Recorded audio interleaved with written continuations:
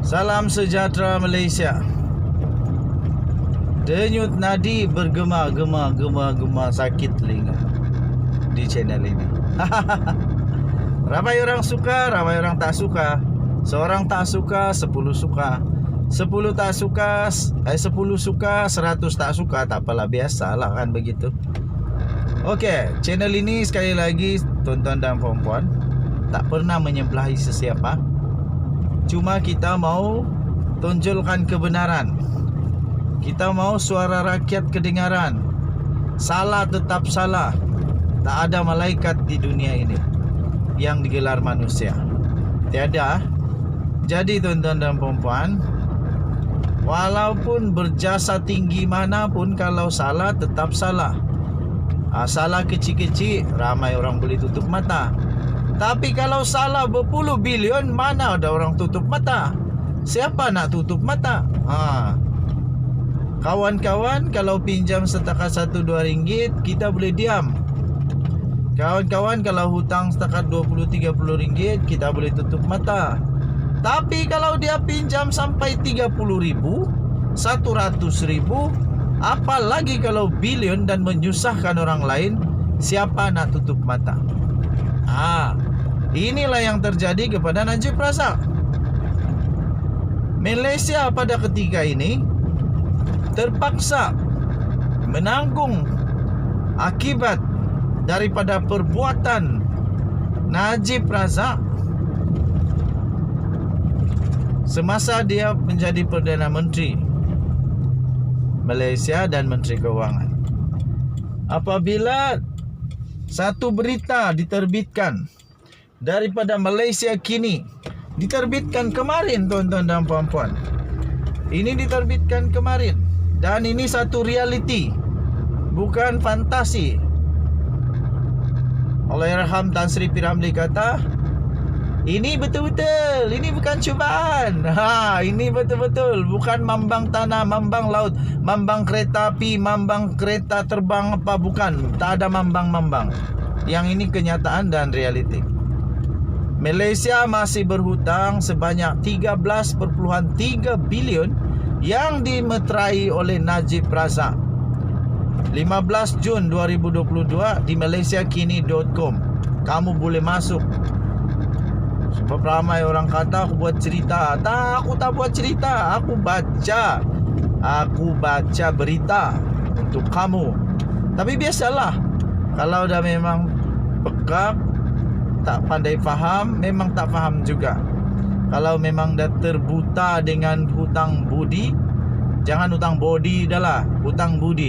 Kerana budi aku jatuh hati.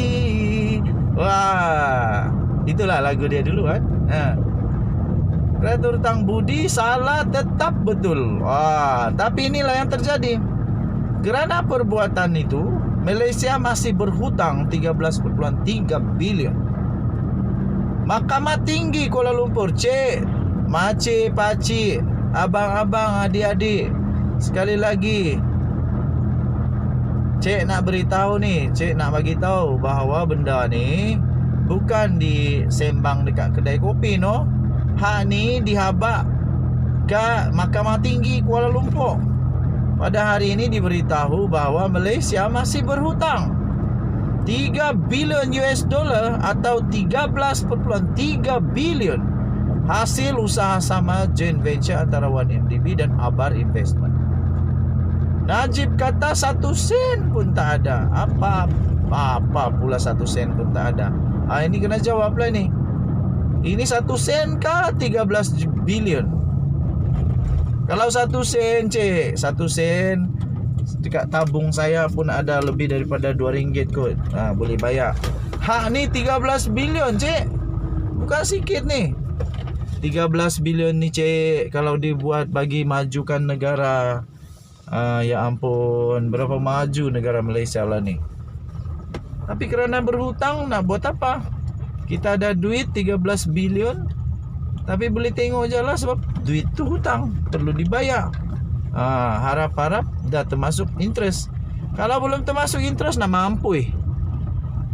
Bekas pegawai Menteri Keuangan, iaitu Siti Zawiya Mat Desa. Sekali lagi, yang pernah berkhidmat di bahagian pengurusan pinjaman kementerian itu berkata, 1MDB tidak pernah, 1MDB tidak pernah melaporkan kepada bahagiannya berhubung usaha sama berkenaan 1MDB yang dimiliki oleh Menteri Kewangan yang diperbadankan.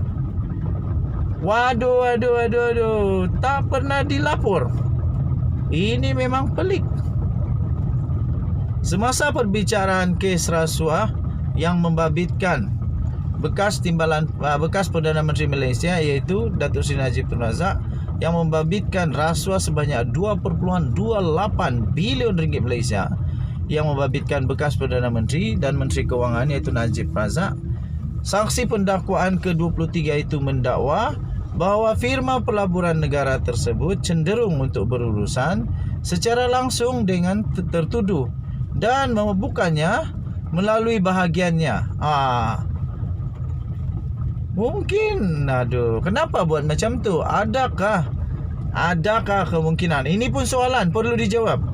Mungkinkah cenderung terus berunding dengan yang tertuduh supaya tak kedapatan, tak kantoi buat salah, tak kantoi dalam membuat rancangan yang jahat, mencuri duit kekayaan negara Malaysia. Tapi akhirnya Tuhan itu maha besar, tak ada yang tersembunyi, akhirnya akan pecah juga. Tuan-tuan dan puan-puan, Siti Zawiya memaklumkan bahawa Najib Razak yang telah menandatangani surat sokongan atau LOS bagi menyokong usaha sama antara 1MDB dan Abar Investment PJS yang adalah anak syarikat International Petroleum Investment Company atau IPIC. Katanya di mahkamah. Ini kata-kata dia. Ya. Saya mengesahkan bahawa status pinjaman 3 bilion US dollar yang dirujuk dalam kenyataan saksi bahawa 1MDB sebagai peminjam